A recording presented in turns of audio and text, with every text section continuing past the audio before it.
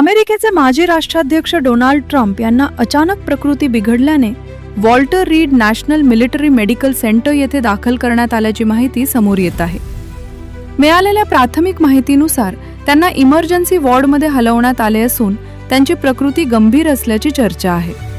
विशेष म्हणजे अमेरिकेतील उच्च पदस्थ नेत्यांसाठी घराजवळच अत्याधुनिक वैद्यकीय सुविधा उपलब्ध असतात. तरीही रुग्णालयात दाखल करण्याची वेळ आल्यामुळे परिस्थिती गंभीर असण्याची शक्यता व्यक्त केली जात आहे. दरम्यान सोशल मीडियावर डोनाल्ड ट्रम्प यांच्या मृत्यूबाबत अफवा देखील पसरत आहेत. मात्र या संदर्भात अद्याप कोणतीही अधिकृत पुष्टी करण्यात आलेली नाही.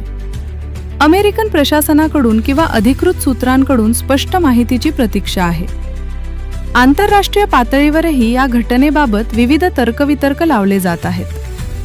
काही ठिकाणी अमेरिकेच्या परराष्ट्र धोरणाशी संबंधित घटनांमुळे या बातमीकडे वेगवेगळ्या दृष्टिकोनातून पाहिले जात आहे. सध्या उपलब्ध माहिती अपूर्ण असून अधिकृत निवेदन आल्यानंतरच वास्तविक परिस्थिती स्पष्ट होईल. Bureau report, youth media, Ahilyanagar.